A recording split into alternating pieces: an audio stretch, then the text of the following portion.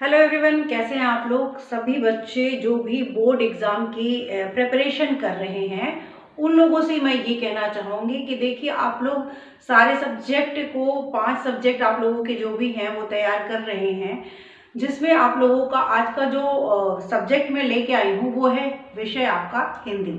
ठीक है, हिंदी को बच्चे बहुत ज़्यादा हल्के में लेते हैं और आपको अगर अपनी मेरिट बनानी हो कि आपको भी 80-90% लाने हों तो आपको हिंदी पे बहुत ध्यान देना चाहिए। हर सब्जेक्ट इक्वली आपके, अगर हर सब्जेक्ट में अच्छे नंबर आ रहे हैं तभी आपका मेरिट अच्छा जाएगा। ठीक है, तो हिंदी में बहुत सारे बच्चों को मैं देख रही हूँ कि हिंदी के जो व्याकरण वाला टॉपिक है उसमें बहुत सारी प्रॉब्लम्स आ रही हैं, तो आज उन्हीं टॉपिक को मैं लेके आई हूँ। अगर आप ध्यान दें तो आपका हिंदी से टोटल कितने नंबर का क्वेश्चन आता है, तो वो आता है आपका 16 नंबर। अब ये 16 नंबर किस तरीके से डिवाइड है और कैसे हमको पढ़ना है। बहुत कम समय बचा हुआ है और आज से अगर मैं लूँ तो आपके पास ज़्यादा समय है नहीं। ठीक है, तो आज मैं आपको हिंदी एक टॉपिक पढ़ाऊंगी भी, और किस तरीके से पढ़ना है और कितने नंबर का है, कौन कौन से टॉपिक है हिंदी में जो आपको पढ़ने हैं, वो सारी बातें आज की इस वीडियो में हम लोग करने वाले हैं। तो ध्यान से देखिएगा, जो हिंदी है आपका क्लास 10th की बात कर रही हूँ, उसमें 16 नंबर के आपका हिंदी व्याकरण से आता है। क्या क्या आता है, तो पहला आता है आपका, एक सेकेंड,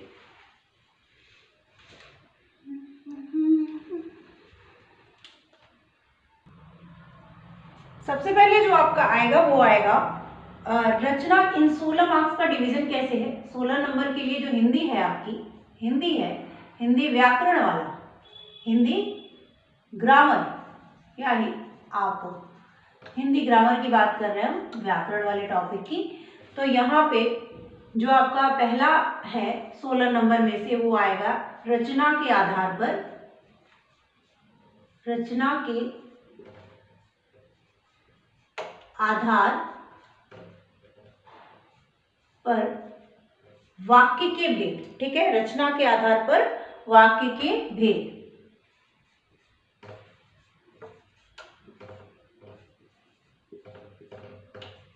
भेद तो हमको सबसे पहला टॉपिक जो आज हमको पढ़ने वाले हैं वो यही है, और इससे जो क्वेश्चन बनेंगे वो आपके 4 नंबर के क्वेश्चन यहाँ से बनने वाले हैं, और ये बहुत आसान है। इसीलिए और जो है धीरे धीरे जैसे जैसे मैं पढ़ाती जाऊंगी वैसे वैसे आपको मैं बताती जाऊंगी कितने क्वेश्चन आ रहे हैं। तो रचना के आधार पर वाक्य के भेद, ये कितने नंबर का आपका प्रश्न आ रहा है। ये पहला टॉपिक है व्याकरण का, और ये आ रहा है आपका 4 नंबर का। ठीक है, 4 नंबर ऐसे ही छोड़ के चले आओगे। 1, 2, 3 मिनट का टॉपिक है ये। 2-3 मिनट के टॉपिक को आप ऐसे ही हाथ से छोड़ के चले आओगे, कुछ उसमें करना ही नहीं है। मतलब आपका क्वेश्चन भी बहुत कम समय में हो जाएगा, बहुत इजी भी है। तो आप इसको क्यों छोड़ने वाले हो, या इसमें मिस्टेक भी क्यों हो। ये 4 नंबर तो आपके हैं ना, इसको आपको व्याकरण वाले टॉपिक को आपको बिल्कुल भी छोड़ना नहीं है। पूरे के पूरे 16 नंबर यहाँ से लेके आने हैं, और उसका लिए मैं जो आप लोगों को चीज़ें समझा रही हूँ वो करते जाइए, आपके पूरे नंबर आएंगे। ठीक है, तो रचना के आधार पर अगर बात करें तो अगर कितने भेद होते हैं, अगर आपसे प्रश्न पूछ लिया जाए, मान लीजिए कि कितने भेद होते हैं, ऐसे अगर आपको हिंदी व्याकरण में पूछा जाए तो वो आपको पहचानने के लिए दिया जाएगा। तो रचना के आधार पर अगर सबसे पहले जानेंगे कि कितने भेद होते हैं, तो 3 भेद होते हैं। कितने भेद होते हैं, 3 भेद होते हैं। ठीक है, सरल या साधारण वाक्य।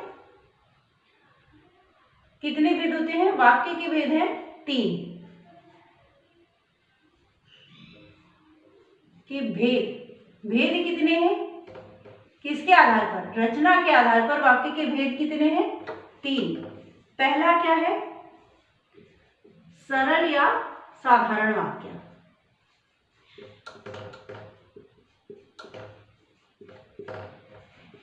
सरल या साधारण वाक्य। अब दूसरा है संयुक्त वाक्य। संयुक्त वाक्य, इसको यौगिक वाक्य भी कहते हैं, संयुक्त वाक्य। और तीसरा है आपका मिश्र वाक्य, मिश्र वाक्य या जटिल वाक्य। ठीक है, ये तीनों आपके क्या है, रचना के आधार पर वाक्य के भेद हैं। अब तीनों को आपको ये समझना होगा। अगर आपने ये समझ लिया तो आपके ये 4 नंबर पक्के हैं, बिल्कुल पक्के करना है, क्योंकि बोर्ड के एग्जाम में एक एक नंबर बहुत महत्वपूर्ण रखता है। पास होना ठीक है, लेकिन पास होने के साथ एक अच्छे मेरिट मतलब परसेंटेज के साथ पास होना वो बहुत ज़रूरी है, जो कि आपको कम से कम एक्सपेक्टेशन अच्छी ही रखनी चाहिए। आप 80 नंबर 90 नंबर की तैयारी करेंगे तो आपके 60% आएंगे। ठीक है, तो आपको 100% की तैयारी करनी है और उसके लिए इस 16 नंबर को पूरा तैयार करना है। तो सबसे पहले हम लोग सरल वाक्य या साधारण वाक्य को जानेंगे।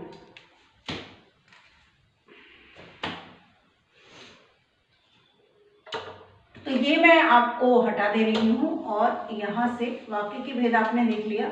अब सरल या साधारण वाक्य किसे कहते हैं वो समझेंगे। तो जो सरल वाक्य या साधारण वाक्य होता है, अगर बात की जाए तो जिस वाक्य में एक उद्देश्य और एक विधेय होता है, एक उद्देश्य और एक विधेय होता है, उसको क्या कहते हैं, सरल या साधारण वाक्य कहते हैं। जिस वाक्य में, अभी एग्जाम्पल से समझाएंगे तो समझ में आ जाएगा। जिस वाक्य में एक क्या होता है, उद्देश्य और एक विधेय होता है, छोटा छोटा लिख रही हूं, और एक विधेय होता है,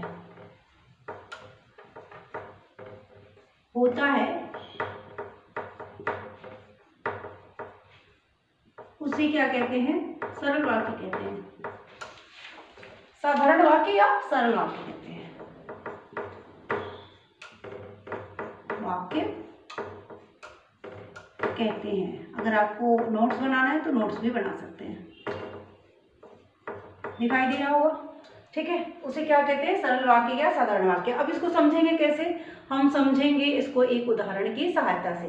तो उदाहरण क्या है, राम बाजार जा रहा है। उदाहरण क्या है, एक उदाहरण देखते हैं। उदाहरण है राम। पहचानने को आपको आएगा कि इसमें से निम्न में से कौन सा साधारण वाक्य है कि संयुक्त वाक्य है या मिश्र वाक्य है। तो राम बाजार जा रहा है। ठीक है,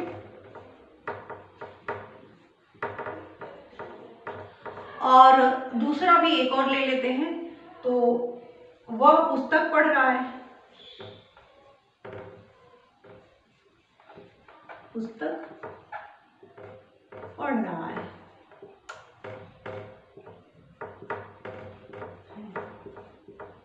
देखिए, अगर इस वाक्य को देखें तो कौन बाजार जा रहा है, इसमें कर्ता क्या है, राम है। ठीक है, कर्ता क्या है, राम है। यहाँ पे कर्ता क्या है, पुस्तक है। तो एक कर्ता, एक उद्देश्य और एक कहाँ जा रहा है, बाजार जा रहा है। तो क्रिया क्या है, इसमें जा रहा है। ठीक है, इसमें पुस्तक एक कर्ता और पढ़ रहा है क्या है, ये क्रिया है। ठीक है, एक क्रिया, यहाँ पे क्या है, क्रिया है।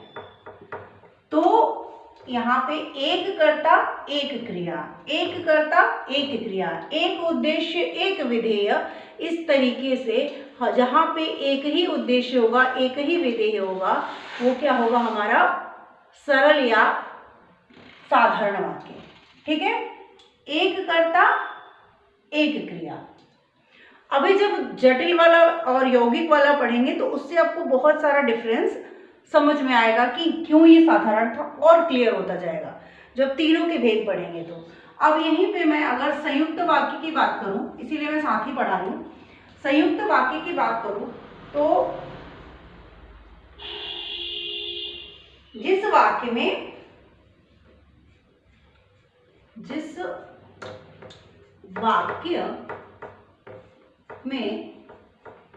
दो, एक की बात की गई थी, जिस वाक्य में दो या दो से अधिक, दो या दो से दो या दो से अधिक सरल वाक्य हो, मतलब दो सरल वाक्य जुड़ के अगर एक वाक्य बना रहे हैं तो वो क्या होगा, संयुक्त वाक्य।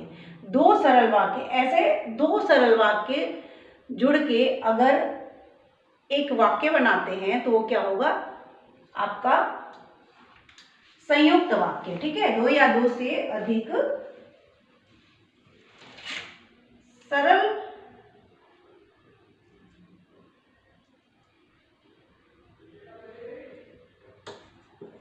सरल वाक्य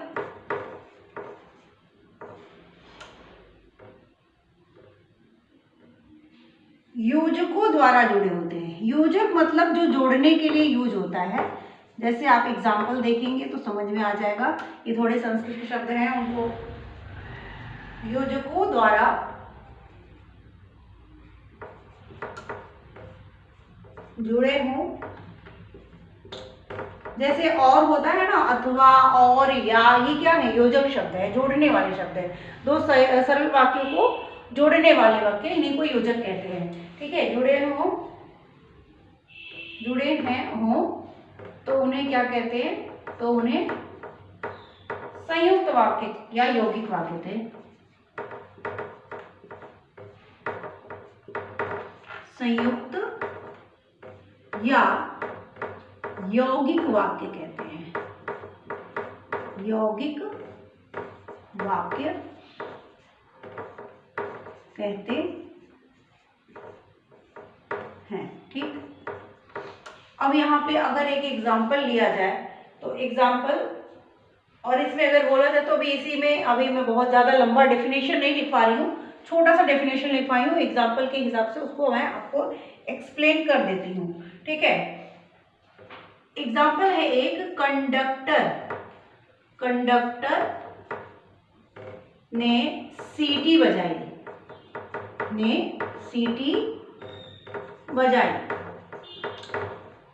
कंडक्टर ने सीटी बजाई, तो कंडक्टर एक कर्ता और सीटी बजाई एक क्रिया। ठीक है, तो ये एक सरल वाक्य हो गया। और यहां पे क्या लगा दिए, और बस चल पड़ी, बस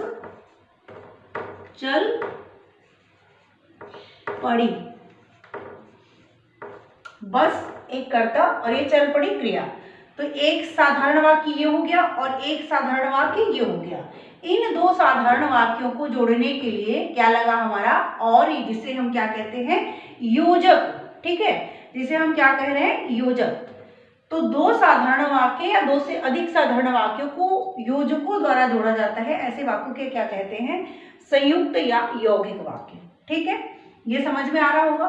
तो ऐसे ही आपका बहुत सारे शब्द हो जाते हैं, अथवा हो जाए, या हो जाए। तो इस तरीके के, और एक एग्जाम्पल ले लूं, लेकिन इसमें एक चीज और है, चाहे तो ये दोनों स्वतंत्र हैं, बस चल पड़ी ये भी एक सेंटेंस है, कंडक्टर ने सीटी बजाई ये भी है, लेकिन कंडक्टर ने सीटी बजाई और बस चल पड़ी, ये दोनों से जुड़े हुए भी एक सेंटेंस अगर देखा जाए तो ये दोनों एक दूसरे से जुड़े हुए भी हैं लेकिन स्वतंत्र भी हैं, यानी इनका अपना अर्थ भी है, इनका भी अपना अर्थ है। कुछ वाक्य ऐसे होते हैं कि अगर सेंटेंस पूरा ना हो तो आधे सेंटेंस का कोई मतलब नहीं रह जाता है, जिसको हम आगे समझेंगे जो तीसरा टाइप है हमारा उसमें। तो ये समझ में आ गया, एक उद्देश्य एक विधेय, सरल वाक्य, दो सरल वाक्य मिलने हो, किसी योजक से जुड़े हो। अब इसमें योजक इसलिए भी हो सकता है, या भी हो सकता है, योजक बहुत सारे होते हैं, तो उनको आप एग्जाम्पल के थ्रू थोड़ा छोटा वीडियो बनाना है। तो इतना अभी मैं आपको, अब मैं बताऊंगी संयुक्त वाक्य। ठीक है, तो इसको मैं हटा देती हूँ। संयुक्त हो गया, अब क्या बढ़ाएंगे, अब आपका जो मिश्र वाक्य होता है उसको समझेंगे कि मिश्र वाक्य किसे कहते हैं। तो इसको भी मैं हटा दे रही हूँ। ठीक है,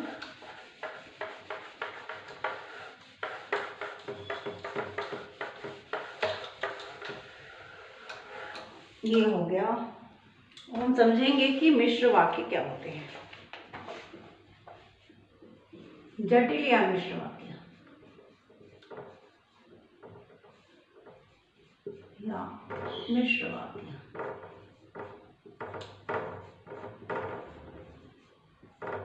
ये क्या होता है, ये तीसरा टाइप है। रचना के आधार पर वाक्य के भेद अगर बात करें तो साधारण वाक्य हो गया, संयुक्त या यौगिक वाक्य हो गया, और ये तीसरा है मिश्र वाक्य। तो सरल वाक्य में हमने पढ़ा कि एक कर्ता, एक उद्देश्य और एक विधेय होता है, यानी कि एक कर्ता, एक क्रिया, एक कर्म, ये ऐसा होता है। संयुक्त वाक्य में ये देखा कि दो या दो से अधिक अगर सरल वाक्य किसी योजक यानी और, अथवा, इसलिए, ये सब योजकों द्वारा अगर जुड़े हो दो सरल वाक्य या दो से ज्यादा सरल वाक्य, तो उनको क्या कहते हैं, यौगिक वाक्य कहते हैं। अब यहाँ पे आता है कि मिश्र या संयुक्त, मिश्र या जटिल वाक्य किसे कहते हैं। तो ये देखिए, जिस वाक्य में, इसको अच्छे से समझ लीजिएगा, जिस वाक्य में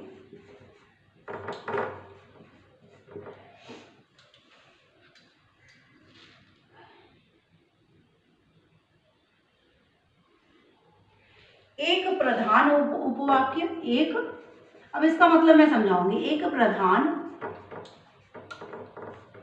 उपवाक्य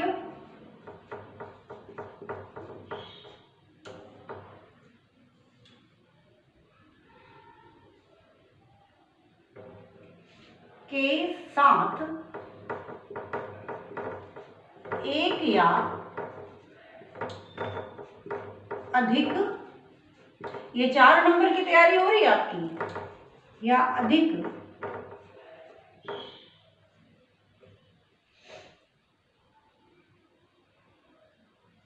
आश्रित उपवाक्य जुड़े हों। आश्रित मतलब किसी दूसरे पर डिपेंड रहना, ठीक है, आश्रित उपवाक्य जुड़े हों, उपवाक्य, बोर्ड थोड़ा छोटा है इसलिए आपको इतना टाइम लग रहा है, उपवाक्य जुड़े हों, ध्यान से देखिएगा, 4 नंबर आपका पूरा तैयार होने वाला है, जुड़े हो, उसे क्या कहते हैं भाई, मिश्र वाक्य या जटिल वाक्य कहते हैं।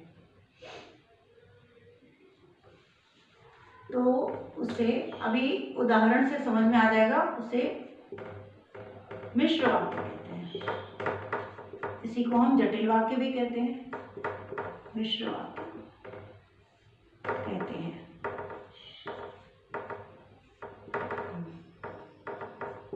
ठीक है, मैं आप लोगों को परीक्षा में पूछे गए कुछ उदाहरण लेके आऊंगी इस वीडियो के बाद। आज भी तो मैं अभी समझा रही हूँ, इसके बाद मैं आप लोगों के साथ कुछ ऐसे एग्जाम्पल करवाऊंगी जिनकी प्रैक्टिस के बाद आपको ये 4 नंबर पूरे तैयार, फिर उसके बाद 16 नंबर की पूरी तैयारी करनी है। आपको पूरा व्याकरण यहाँ से तैयार करने को मिल जाएगा। तो चैनल को सब्सक्राइब कर लीजिएगा। डेली आपको 10-15 मिनट देने हैं इस चैनल पे, आपका व्याकरण तैयार, ज्यादा कुछ करना ही नहीं है, ठीक है।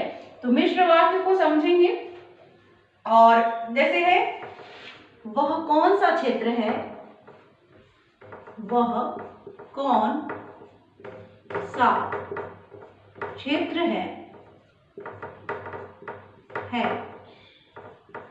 जहां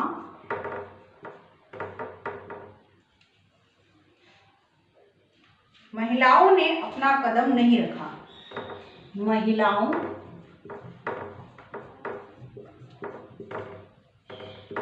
ने अपना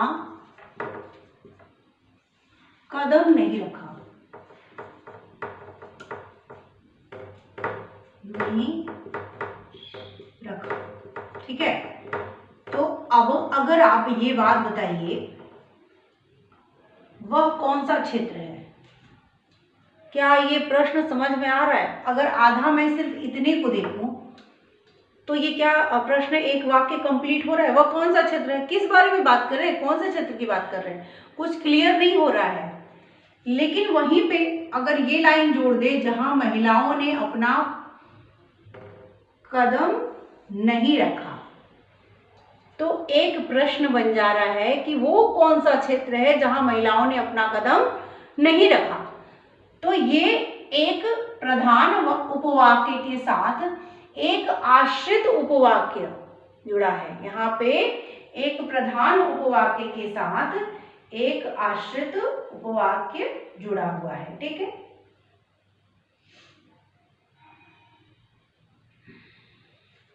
दूसरा एग्जाम्पल देखते हैं। ये पहला उदाहरण था, दूसरा उदाहरण देखते हैं।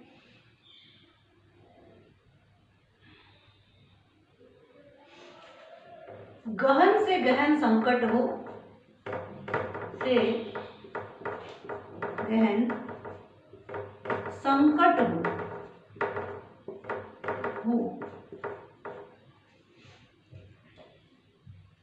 फिर भी वह हंसता रहता है, फिर भी वह हंसता रहता है,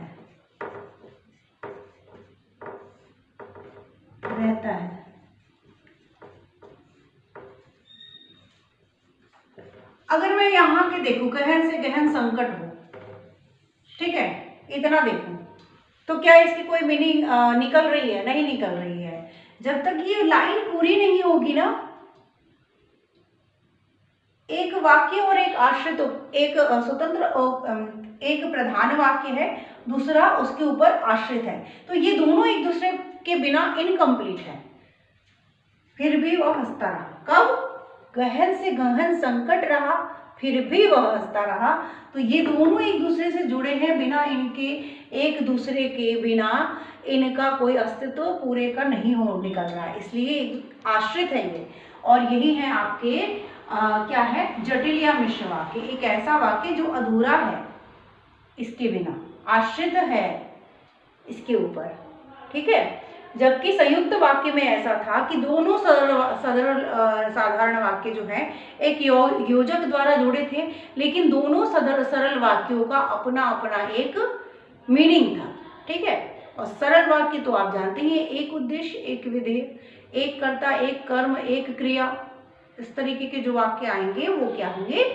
सरल वाक्य होंगे। तो ये हमने देखा रचना के आधार पर वाक्य के भेद। ठीक है, इसके बाद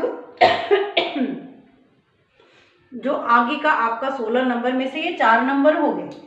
अब इनकी प्रैक्टिस में सबसे पहले मैं थियरी आप लोगों को पढ़ा लूंगी, उसके बाद में आप लोगों की जो प्रीवियस ईयर क्वेश्चन में पेपर में पूछे गए हैं और जो सैंपल पेपर में पूछा गया है, उन सभी उदाहरण को मैं आपके साथ लगवाने वाली हूँ। ठीक है, तो आप लोग चैनल को सब्सक्राइब कर लीजिएगा। हिंदी की क्लासेस, ये पहली क्लास है हिंदी की यहाँ पे क्लास 10th के लिए। तो क्लास 10th के लिए बायोलॉजी जो है आपका, वो भी मैं लेके आऊँगी। अगर वीडियो अच्छी लगे तो लाइक करिएगा, कमेंट करिएगा अपने, और आपका 16 नंबर अगर आपको समझ में आ रहा हो तो आप लाइक ज़रूर करिएगा। ठीक है, ताकि मैं आगे की वीडियोज़ आप लोगों के लिए बना सकूँ। Thank you very much.